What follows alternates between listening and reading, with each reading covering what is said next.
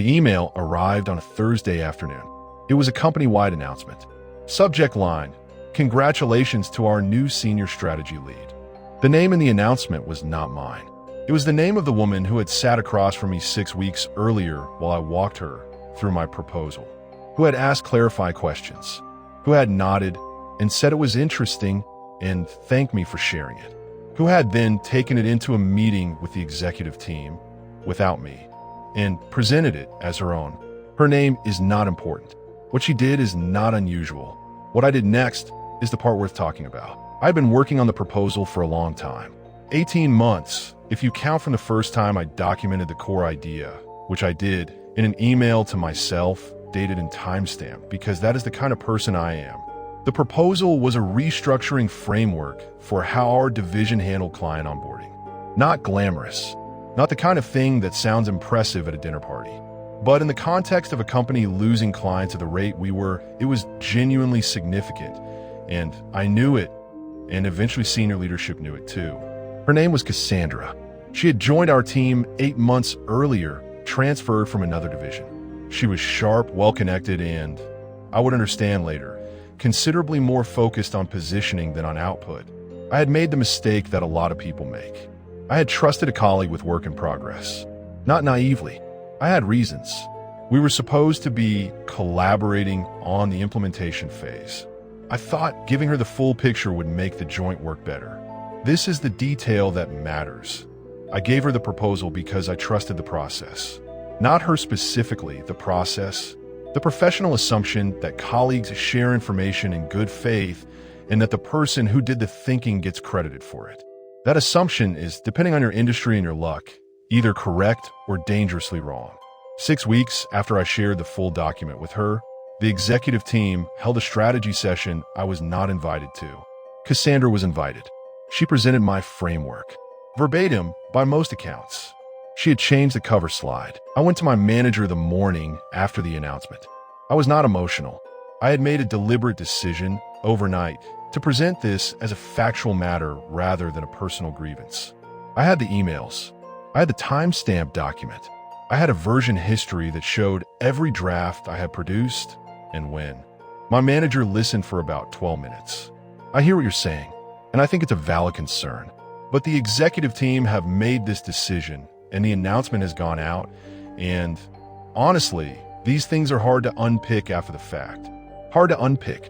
I spent about a week processing. Not spiraling, processing. There is a difference. I was trying to understand what had actually happened, what it meant for my position, and what I wanted the next 12 months to look like. The way I eventually framed it to myself was this. Cassandra had taken a piece of work. She could not take the capacity to produce it. She could not take 18 months of accumulated thinking. She could not take the understanding of the problem that had generated the proposal. She could not take my ability to produce the next thing or the thing after that. What she had taken was one document. What she had demonstrated, without meaning to, was that she needed to take someone else's work to get into that room. I want to be honest about what this reframing cost me.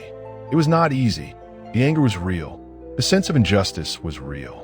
But I had a choice between spending my energy on a fight the institution had already signaled it would not support and spending it on something that would change my actual position. Anger is a signal. It is not a strategy. I made a list. 3 things I would do differently going forward. 3 things I would build. And 1 thing I would stop doing entirely. The first thing was visibility. I had been producing work and sharing it internally with colleagues and my direct manager. That was it. No one outside my immediate reporting line knew what I was working on or what I was capable of. I changed that deliberately and systematically. I started writing a monthly internal memo, 1 page, distributed to 3 senior leaders I had identified as decision makers for the role I wanted. Not a sales pitch, not a self-promotional document. A genuine, useful summary of what I was working on, what I had learned, and what I thought the division should consider doing differently. Signed, dated, and filed. By month 3, 2 of the 3 people on my distribution list had replied.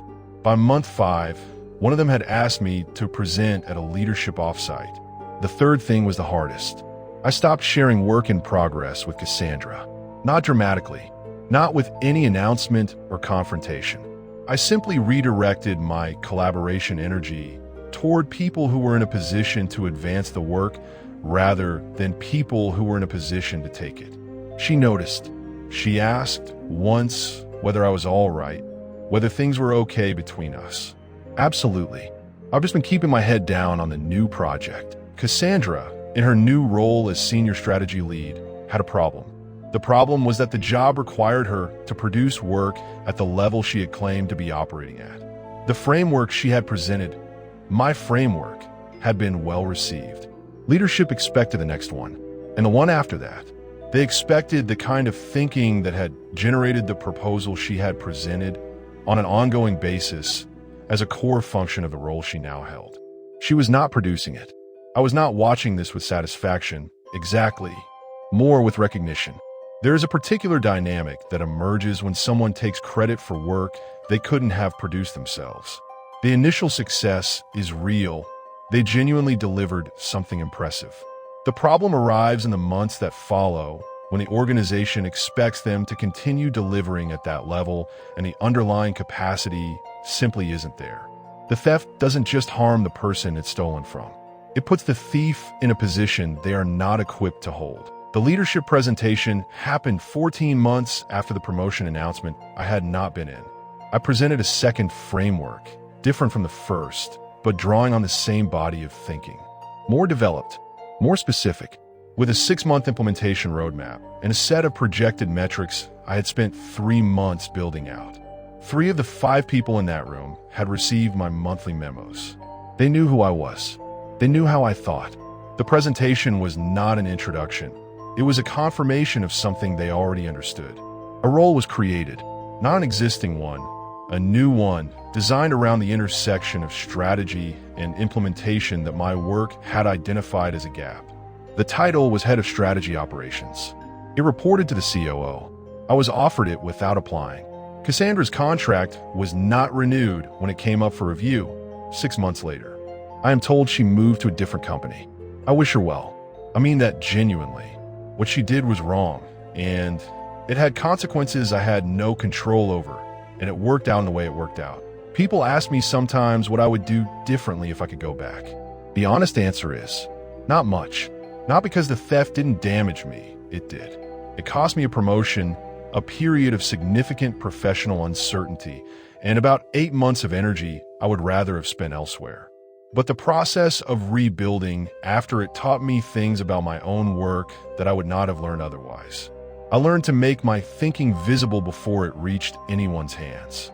I learned that visibility is not self-promotion. It is professional self-protection. I learned that the institution will not always protect you, and that building relationships above your immediate management line is not politics. It is survival. And I learned something about what actually constitutes professional value. Cassandra took a document. She could not take the 18 months of thinking that produced it. She could not take the pattern of analysis, the way I framed problems, the specific combination of depth and practicality that made the work useful. Those things were not in the document. They are not transferable.